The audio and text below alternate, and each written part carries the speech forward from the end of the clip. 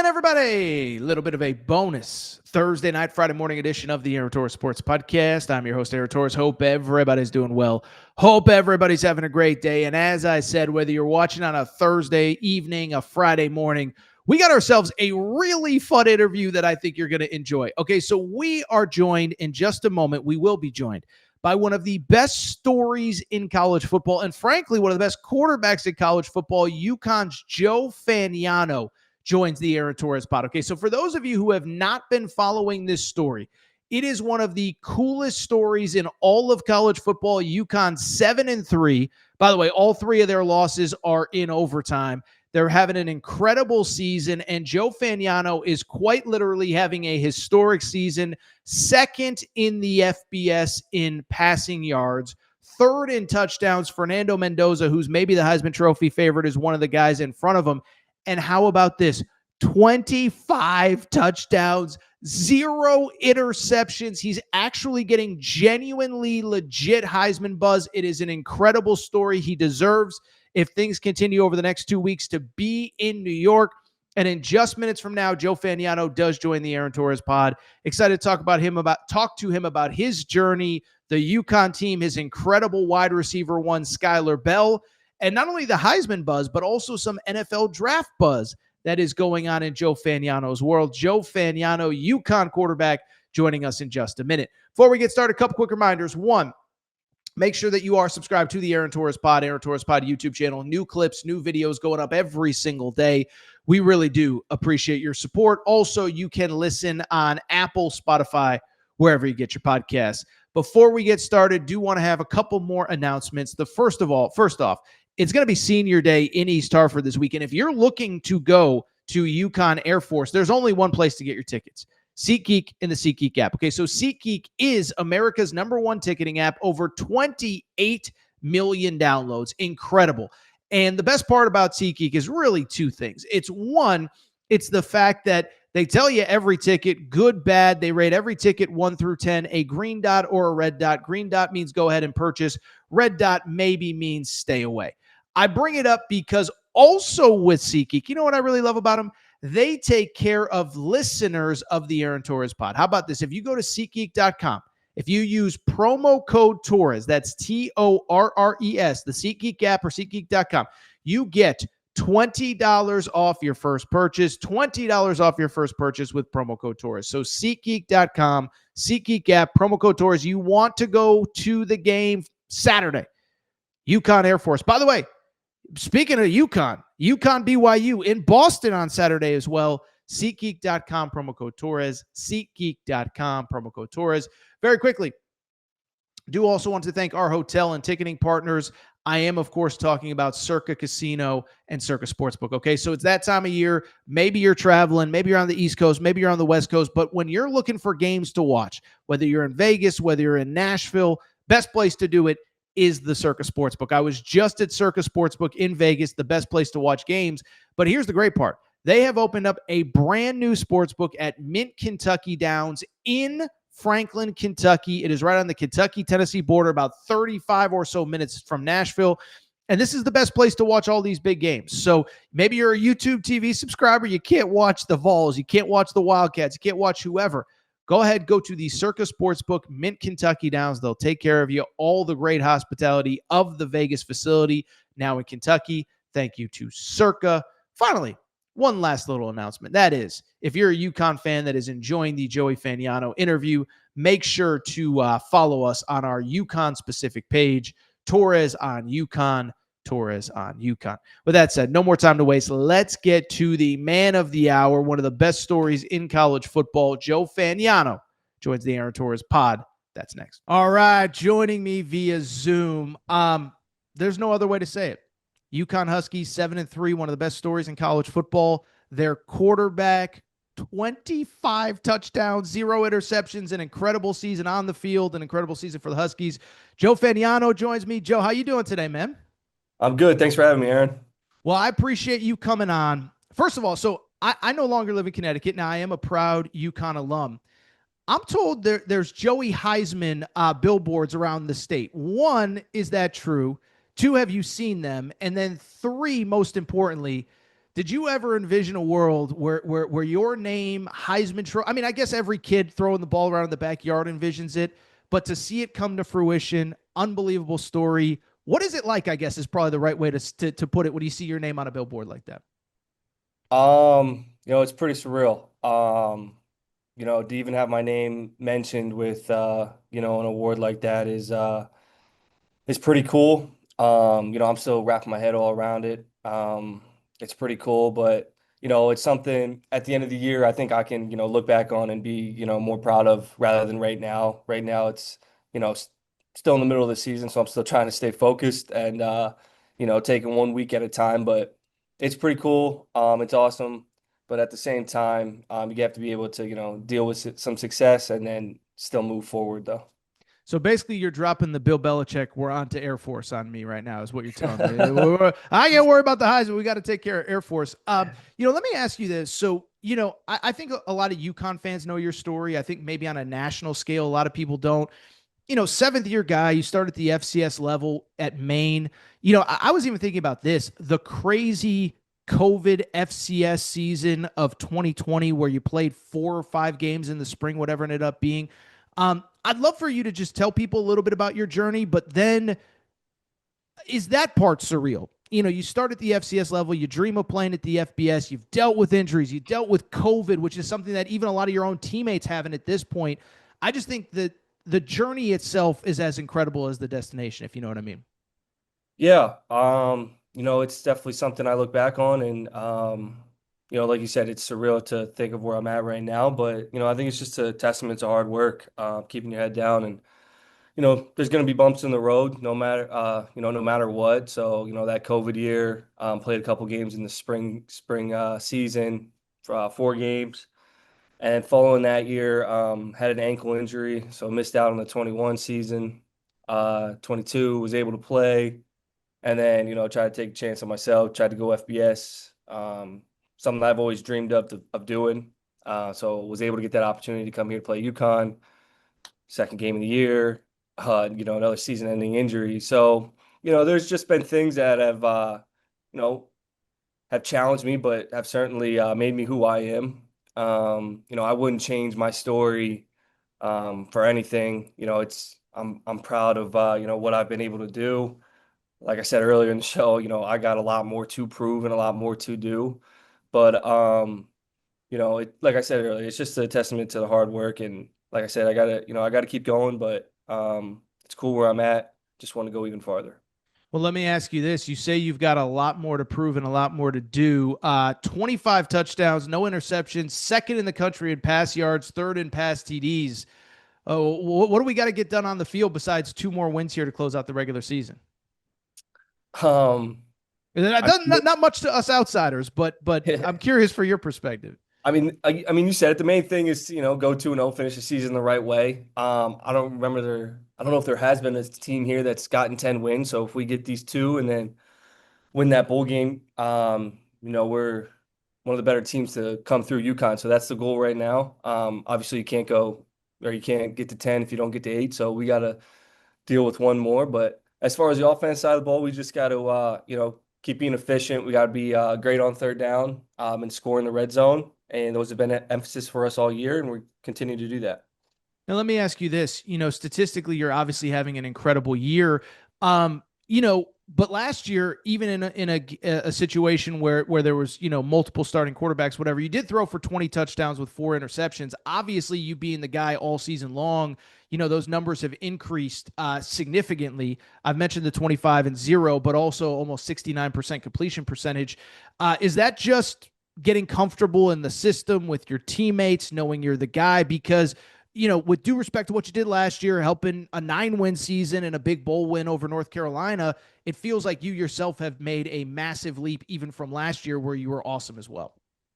Yeah, there's a bunch of things go into it. A lot of it's got to do with getting more reps, like you said, being more comfortable in a system. But I think as far as the completion percentage and the yards and all that, I mean, it's a lot of it's just the offense as a whole. I mean, it'd be hard for me to do anything without the guys up front. I mean, they've played a heck of a season so far.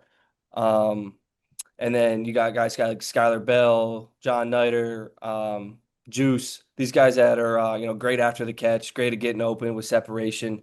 So it makes my job a lot easier. I'm more of just a facilitator, the point guard. When these guys are really making the true big plays, I just have to keep the ball moving forward. So kind of a cliche question, but they say just in anything in life, the more experience you get, the game slows down. Have you felt this year again? You have a lot of experience, but it feels like watching you on Saturdays that the game. Did you feel like the game has slowed down for you? That things come a little bit more naturally just because of all the reps that you've gotten through the years? No doubt. The more you see things, the easier it gets. But I mean, I'm not going to sit here and say I have all the answers and I've seen everything. There's definitely, things that I've got to learn and that I got to improve upon. But a lot of that's just in the week to week preparation. Studying film, getting extra film with the guys, getting extra catches with some of the receivers and tight ends, talking through protections with the O line, making sure we're all on the same page. So a lot of that's, week to week, just getting preparation with the guys and making sure we're ready to go on Saturday. You mentioned Skylar Bell, as incredible as your season is, and again, want to credit all 11 guys on the field at all times. Too deep, whatever. I don't think you've got enough credit, but Skylar Bell as well. First in catches nationally, second in receiving yards, first in receiving TDs.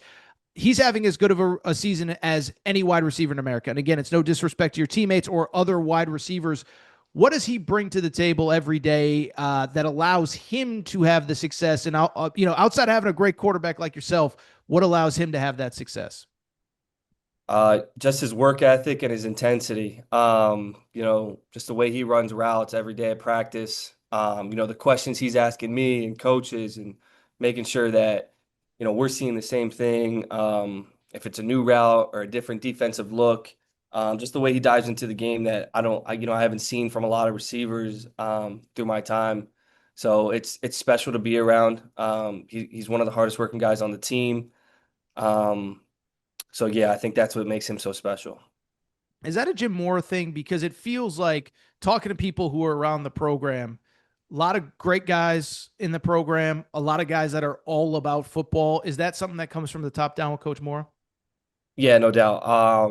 He's emphasizes, kind of our edge is, our work ethic. Something that, we strive for is, finishing, practicing hard. So, and he demonstrates that himself. So when you have a guy that's leading by example, it's really easy to follow. Because if he's willing to do it for us, we're going to be willing to do it for him.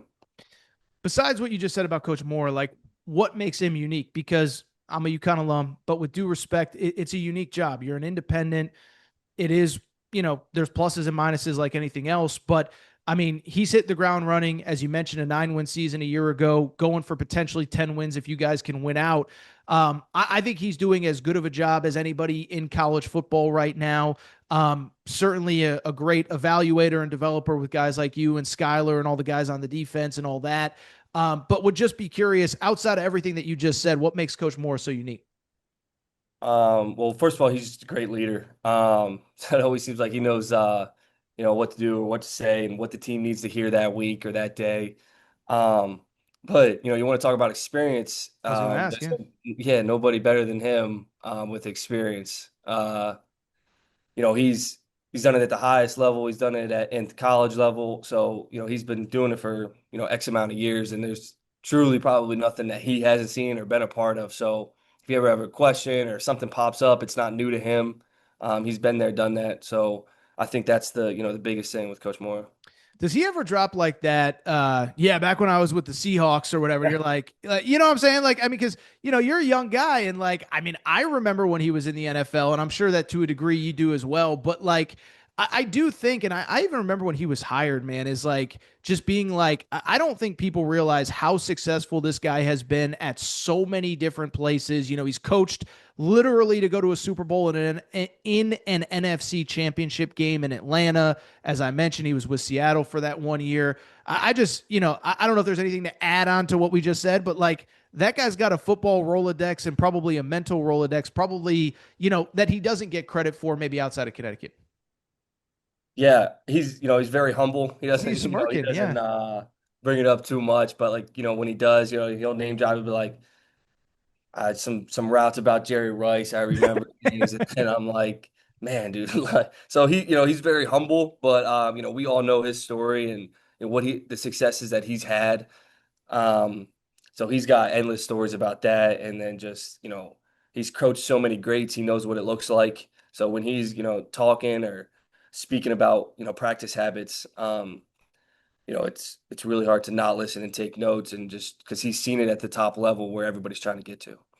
Couple more, we'll get you out of here. First of all, I'd ask, I don't want to speak for you, but the crowds at the Rent have been, I call it the Rent still. I don't know if there's some other corporate name, but the crowds have been incredible. Record-setting crowd essentially for Duke last week.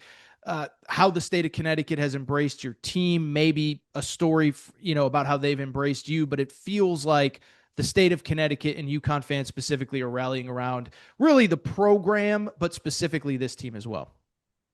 Yeah, they've really shown out this year. We got one more, so hopefully they show out again, and I know they will. They've been great all year, but they've made this year special so far. They made last week special. Just the element that they bring. Um, it's been super cool to be a part of. I'm proud to play for these fans and at Connecticut. So we're looking to do one more and end it on the right note. How do you guys go 3-0? I know you're an offensive guy. That triple option, I was talking to somebody in the building yesterday. It seems like a bear to prepare for in the middle of the season. But you got Air Force, you close with Florida Atlantic, and then obviously a postseason game. How do you make sure to go 3-0 over these next couple weeks? I mean, the biggest thing is going. I can only speak on this week. The biggest thing is Sound like going. Coach Mora, man. I had him Yeah, on years ago, and I was talking about something. He's like, "I'm just trying to go 1-0 this week, man." I'm like, "Okay, man. I'm yeah. sorry. I'm sorry He's that I got me asked about trained. two He's weeks got me down the trained. road." So yeah, yeah. As far as the triple option, I've seen the way that our defense has walkthroughs and work, so you know I'm not worried about the way that they're going to handle it. I know they're going to handle business. I've seen the way that they practice, and I got to go up against them every day. So um, it's going to be fun to watch them play. And then on offense, we got to just stay on schedule. We don't want to get behind the chains. We want to be great on third down, and then we got to score in the red zone. Keep it simple. And I feel like if we do that, we should be in a good situation and should come out with a win. I meant to ask you this. We'll get you out of here because I know we're a little tight on time. But the 25 TD zero intercept. I mean, I know you're focused on one game at a time, one play at a time, one series at a time. Do you ever end up looking at the stat sheet at the end of the game and being like, goodness, man? Because, like 25 to 0 is pretty freaking, pretty good over a course of a 9-game stretch here. Um, I guess the easy answer is, not really, no. It's gonna sound like, yeah, right. But I really try not to. I don't want to change how I'm playing. I'm gonna keep doing, what's gotten me to this point. Um, it's not the end all be all and just stats. I'm looking just to get a win with the team. And yeah, that's it. The easy answer is no. I try not to look at stats. At the end of the year, that's something that, I can kind of relax and look upon and see, just the body of work that we've put in a year. Last one, I know you're trying to go 1-0 this week. I mean, now we're not even worried about 3-0. We're just focused on 1-0 right now. But I'll also say, in addition to all the Heisman, buzz, there's, I'm starting to see on NFL draft lists as a guy that could potentially hear your name called, be with a camp, like, how much are you like? Clear, we're going 1-0. That's the only priority. But everyone's dream is to play in the NFL. And I'm sure at minimum, you probably have friends or family or whatever. By the way, I saw you were recently engaged, so that's exciting. Congratulations on that. Thank you. Um, is, I guess it's just a dream in the future. I don't even know if there's a question because I know you're so focused on these next three, but that's got to be pretty badass. You're too young to remember there was a Saturday Night Live skit where they wouldn't really ask a question. They'd be like, yeah, that's cool, right? And so I guess that's kind of what I'm asking Yeah. with this moment here, is to kind of hear your name now in those circles as well. It's super cool. It's hard to believe that that I could be talked about, but it's hard to believe, but at the same time, I've always believed in myself. Thought that I could make it to the next level. But I mean, like you said, like It's cool. It's cool to look at right now. But I got to keep going. Like I got to, there's no time to stop now. Um, got 2 more weeks plus a bowl game. Looking to finish it out the right way. And if I'm lucky enough to get my name called or get called up, that'd be pretty special. But like we keep saying right now, we're gonna focus on this week right now. Fantastic. Well, Joe Fagnano, UConn quarterback, historic season, on the field, and obviously everyone has enjoyed watching it. The UConn Duke game the other day was phenomenal, and we got you during a game week, man. So we appreciate your time. We know you're busy. Would love to do this again during a bowl week when we have a little bit, bowl prep when we have a little bit more time. But thank you very much. We'll be watching Saturday, and we'll speak soon, my man. Okay. Yep, I appreciate you having me, Aaron.